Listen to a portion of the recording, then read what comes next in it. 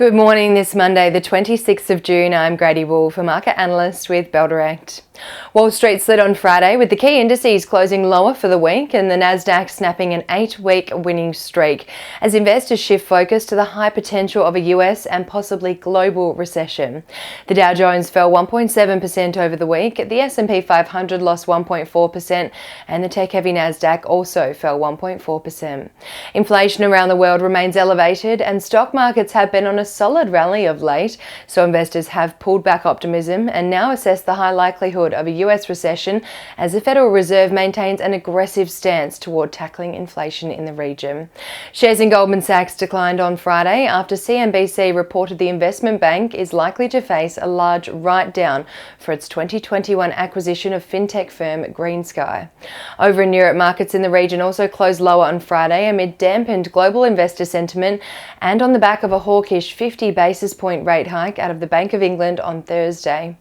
In the eurozone, flash purchasing managers index data, a fall from 52.8 points was recorded to 50.3 points for the last month. A reading below 50 indicates a contraction, which is something to keep in mind for the eurozone over the month ahead.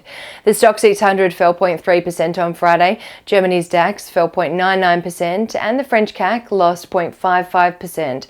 And in the UK, the FTSE 100 lost 0.54%.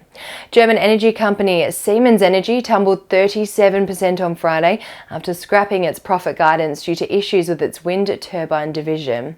On the local index, the ASX 200 dived 1.34% on Friday, weighed down by a near 4% loss in the energy sector, as the price of oil dipped 3.15% last week to $69.71 a barrel, as rate hike concerns and recession fears around the world weigh on demand outlook for the key commodity. The utilities and consumer staples sectors were the only two to close in positive territory on Friday. Taking a look at the commodities this morning, oil is up 1.06% to start the new trading week at $69.89 a barrel. Coal is down 0.2% at $125.5 a ton. Gold is up 0.16% at $1,923 an ounce, and iron ore is flat at $114.5 a ton. Ahead of the local trading session here in Australia, the SPI futures are anticipating the ASX to open Monday's trading session down 0.23% on dampened global investor sentiment. On the economic data front, the European Central Bank Forum on Central Banking begins today in Portugal, where central bank governors and officials meet to exchange views on current policy issues and discuss the forum's outlook for longer-term perspective. One Aussie dollar is buying 67 US cents, 96 Japanese yen, 52.35 British pence, and 1 New Zealand dollar and 9 cents. And now let's dive into some trading ideas for your consideration to start the new trading week. Bell Potter has increased the price target on Delta Lithium from $1.05 to $1.25 and maintain a buy rating on the Lithium Explorer following the release of high-grade drilling results and updated deposit dimensions.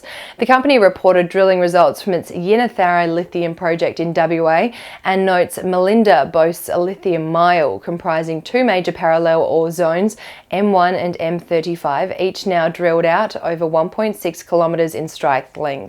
The company's Mount Ida asset is also a near-term producer, targeting direct shipping operation from Q4 FY23. And Trading Central has identified a bearish signal on Hello World Travel following the formation of a pattern over a period of 49 days, which is roughly the same amount of time the share price may fall from the close of $2.47 to the range of $1.95 to $2.05, according to standard principles of technical analysis. And that's all we have time for this morning. Have a wonderful Monday and happy investing.